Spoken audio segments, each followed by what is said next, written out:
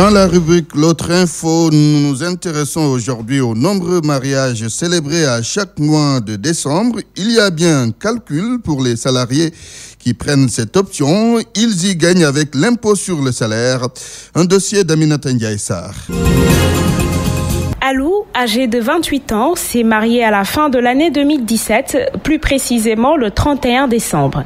Il nous confie que le choix de la date n'est pas sans raison. Je devais me marier en août, mais c'est par la suite qu'un de mes collègues m'a fait savoir que autant attendre les fêtes de fin d'année. Quand je lui ai demandé pourquoi, il m'a fait savoir que c'est le moment propice parce que mes impôts de toute l'année me seront remboursés. Du coup, je n'ai même pas hésité et ma fiancée aussi n'était pas contre. Cet argent nous a d'ailleurs servi de passer une bonne lune de miel hors du pays. Si certains ne comprennent pas ce choix, d'autres y trouvent leur compte. C'est le cas de Madeleine Badji, manager dans un restaurant de la place. En général, au mois de décembre, on a beaucoup de demandes de mariage qui se passent par là. Et on est même, il y a des autres qu'on ne peut pas prendre parce que il y en a beaucoup. Tous les week-ends du mois de décembre, par exemple, dans la semaine, il y a le jeudi passé, on avait un mariage avec le samedi. On peut rester un mois sans organiser. En général, c'est le mois de un mariage ou deux le mois de novembre et le mois de mai aussi. Mais sinon, les autres mois, on peut rester un mois entier sans organiser de mariage. Selon nos sources de la Direction générale des impôts et domaines, un nouveau marié peut demander un remboursement lorsqu'il se retrouve avec un surplus d'impôts. Il rajoute que lorsque le statut change, une réduction d'impôts s'impose.